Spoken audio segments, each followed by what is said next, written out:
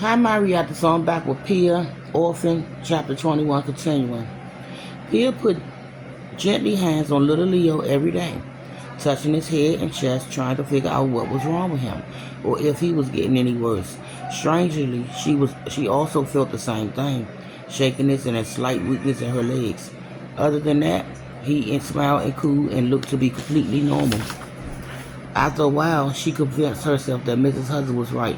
She wasn't making enough milk. There was no reason to suspect he was anything other than a little underfed. Part of her wondered why Dr. Hudson hasn't suggested adding milk and infant food to his diet.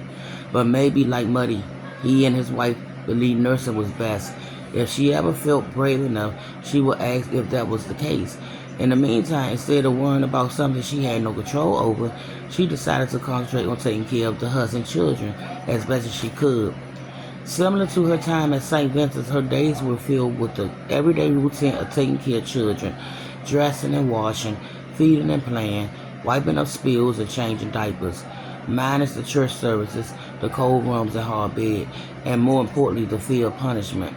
At the Hudsons, there was enough food for everyone and more. They all had clean clothes, hot baths, and warm beds. There were books and Lincoln logs and crayons and laughters. And there was love. In the morning, when the girls and their parents first laid eyes on each other, and their faces lit up with delight and affection, it made Pia tear up, remembering when she had a family too. As the weather was nice in the afternoon, she bundled up the children and took them outside to play in the fence and backyard, which was more like a forest with its tall trees and bushes, flower beds full of dry stems and brown petals, and coated a winter over vegetable garden full of dead weeds and black vines. While the girls played hide and seek and hopscotch on a stone path, giggling and running and chasing one another, Pia stayed with Leo on the terrace. She wanted to play with the girls or pull out the withering plants and clean up the rag vegetable patch like she used to do with Muddy back in Hazeltown. But Mrs. Hudson insists she keep the baby out of the breeze. Even though he was safe and warm in his pram, swaddled beneath layers of clothes and soft blankets.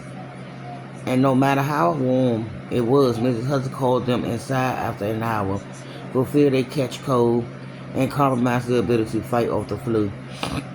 Thinking back to the minor village where she spent as much time as possible outside no matter the weather, catching crayfish, building snowmen, climbing hills and trees, making miniature houses out of sticks and pebbles, Pia couldn't understand Mrs. Hudson's reasonings. Veda always said it made children strong and healthy to play in the forest, to get dirty and wet, and blow off the stink. But Pia didn't make the rules, so instead of stewing about something she couldn't change, she tried to be grateful for the occasional hour of fresh air. Every night at dinner, she eagerly awaited Dr. Hudson's answer to his wife's questions about the latest wave of the flu, hoping against hope that things were getting better. To her dismay, his answer was always the same. New cases of Spanish flu were being reported every day, and it was impossible to tell if there was an end in sight. Despite Mrs. Hudson's determination to protect her children at any cost, her weariness showed in her creased brows and sagging shoulders. Her husband reminded her that she would be grateful there was no need to go out, because once a week groceries and other supplies were delivered and left outside on the porch. And when the delivery boy was gone, Pia and Mrs. Hudson carried everything in and put it away. Pia couldn't help wondering if the rest of the city was behaving the same way, or if the Hudsons were being overly cautious. Of course, she always also worried about her father and brothers and Finn wherever he was. She glanced at the newspaper left on the breakfast table every morning, but only saw headlines about the prohibitions, taxes, and the Grand Canyon becoming a national park. Nothing about the flu or another quarantine. Then on Sunday morning in early March, a few weeks after her arrival, she left Leo from his crib and her heart sank. Something had changed. Her back felt like she was standing too close to a coal stove, and her lower abdomen ached as if someone had punched her with a hard fist. Leo smiled at her like always, his sweet little face lightening up, but something was different about his eyes, like the shine has been scrubbed off. Checking to make sure the sensation was coming from him, that she wasn't getting a cold or had hurt her back, lifting the girls She laid him down again, and she feared the pain disappeared. As she feared the pain disappeared, and when she picked him up again, it returned. She carried him over to the changing table, took off his nightclothes, and with shaking hands examined his legs and torso and back. There was no bruises or red spots, no rashes or injuries. His skin was rosy and smooth. She dressed him, then stood frozen next to the changeable's table, trying to decide what to do. If she told the husband what she felt, they'd think she was crazy. At the same time, she couldn't sit back and do nothing. She leaned over him and looked into his eyes, caressing his cheeks with the back of her fingers. "What's wrong, little one?" she whispered. "Do you have a bellyache or is it something else?" He grinned and reached for her nose. She handed him his Puster rattle and he immediately put it in his mouth. Covering it with drool, he kicked and lifted his arm, laughing when the rattle made noise. He seemed fine like a normal 3-month-old, and yet she couldn't shake the feeling that something was wrong. She checked the clock on the dresser sitting next to the brown teddy bear and with a lamb on red wheels. It was 6:30, over 20 minutes before she was due to take the children down for breakfast. As the girls were asleep, Elizabeth, with her butt in the other crib, she picked Leo up and held him close, his cheeks on hers. The heat and pain returned even stronger than before. This couldn't wait. Tiptoeing out the nursery, she took him downstairs to the kitchen where Dr. and Mrs. Hudson sat, reading the newspaper and having their morning coffee. Dr. Hudson looked up when she came in, his eyebrow raised. "What is it, Pia?" Mrs. Hudson sat down her coffee and turned in her chair. "Where are the girls?" "Still sleeping, ma'am," Pia said, hurrying over to them. "Excuse me for interrupting, but I think something is wrong with Leo." Mrs. Hudson jumped up and took the baby from her, nearly knocking over her chair. "What do you mean?" she said. "What's wrong with him?" Dr. Hudson stood and felt Leo's forehead. "What makes you think something wrong? How does it? He doesn't have a fever." Pia twisted her fingers together, her hands collapsed at her waist. Mrs. Hudson cradled Leo in her arms and examined him, lifting his nightdress and running unsteady fingers across his head and arms and legs and chest. "I don't think it's anything serious, darling," Dr. Hudson said. "There's no need to be alarmed." He turned to Pia. "Did he vomit? Any coughing?" Pia shook her head. "Was he sneezing?" "No, sir," Pia said. "Did he have a convulsion or fit or some kind?" She kept shaking her head, her fear mounting. "What is it then?" "I don't know how to explain it, sir," Pia said. He doesn't look right to me. His eyes," and Dr. Hudson started towards the back door. "Bring him into my office so I can examine him more carefully," he said to his wife. Mrs. Hudson went with him, her face contorted in fear, her son clutched to her chest. Dr. Hudson put his arms behind her as if protecting her and Leo from invisible intruders. Then he stopped and looked back at Pia. "Not a word of this to the girls," he said. "We don't want to frighten them." "Yes, sir," Pia said. Then they were gone and she was alone in the kitchen. The only sounds the ticking of the hot stove and the Hudson's frantic footsteps hurrying down the back hall. Steams curled from the coffee cups on the table. Half-eaten muffins sat on the plates next to bowls of baked pears and cream of wheat. If only she had time to sit down to think about what had just happened. Dr. Hudson seemed to doubt what she was saying, that he was going to examine Leo anyway. Had he believed her in some small way, or was he just being cautious?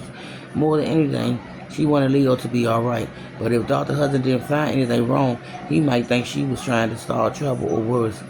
She went back upstairs to wake the girls, unease swimming in her stomach. While getting them dressed, she felt their backs, foreheads, and shoulders to see if she sensed anything similar to what she felt in Leo. No heat, no pain came from them, no shakes or quizziness. They seemed perfectly fine. When the girls were ready, she lifted Elizabeth onto her hip and on a watery leg, led the other two downstairs, dreading the news that something was wrong with their little brother and what would happen if something wasn't. When she and the girls entered the kitchen, Dr. and Mrs. Hudson were at the table, finishing their breakfast as if nothing had happened. Leo lay quietly in a cradle near the coal stove. Dr. and Mrs. Hudson greeted the girl with a smile and good morning, while Pia put Elizabeth in her high chair and settled Margaret and Sophie in their places. "How are all you all on this beautiful morning?" Dr. Hudson said cheerfully. "We're fine, Daddy," Margaret said. Sophie mocked her older sister, then giggled. Pia sat on the inside of her cheek. Dr. Pia chewed on the inside of her cheek. Dr. Hudson looked relaxed, and Mrs. Hudson's eyes were dry, her brown soul. Had she been wrong about Leo? For his sake, she hoped she was, but what would the Hudson think about what she said? Mrs. Hudson got up to get the girl's brother from the stove, and Pia went over to help. Leo was sound asleep in the cradle, his arms splayed above his head, his hands curled into tiny fists, the picture of perfect health. Mrs. Hudson bent over and tucked his blanket in around him. "Is he all right, ma'am?" Pia whispered. "Yes," Mrs. Hudson said. Dr. Hudson found nothing wrong, thank God. She handed Pia the kettle of oatmeal and gave her a stern look. "You scared the daylights out of us." "I'm sorry, ma'am, but I had a strange feeling." "Feelings aren't able to recognize illness," Mrs. Hudson said. "That's what doctors are for.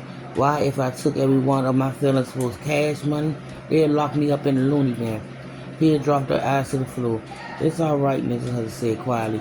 "I'm not upset with you. In fact, I'm pleased you're keeping such a close eye on the children.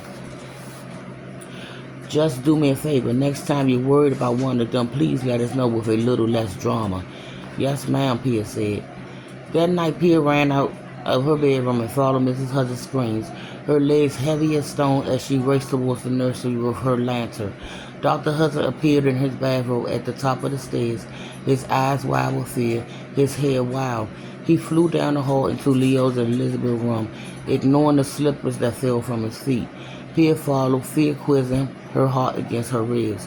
When her lantern light fell into the nursery, it revealed Elizabeth on her feet in her crib, gripping the rail and whining. Pia set the lantern on the accent table next to the door, fumbled for the room lighter, lit the flame, and replaced the globe with shaking hands. Dr. Hudson was on his knees next to Mrs. Hudson, who was hollering in a heap on the floor next to Leo's empty crib. Leo laid in her trembling arms, his face bone white, his body limp. "Dear God," Dr. Hudson cried. "What happened?" Pia's heart went blank. "No," she thought. "This can't be. It just can't be." She went over to Elizabeth's crib, the floor pitching beneath her, horror filling her throat like oil. She picked up Elizabeth and held her tight, shushing her and telling her everything would be all right. The sensible thing to do would have been to take her out of the room, away from the tragic scene. But Pia couldn't move. She had to know what happened.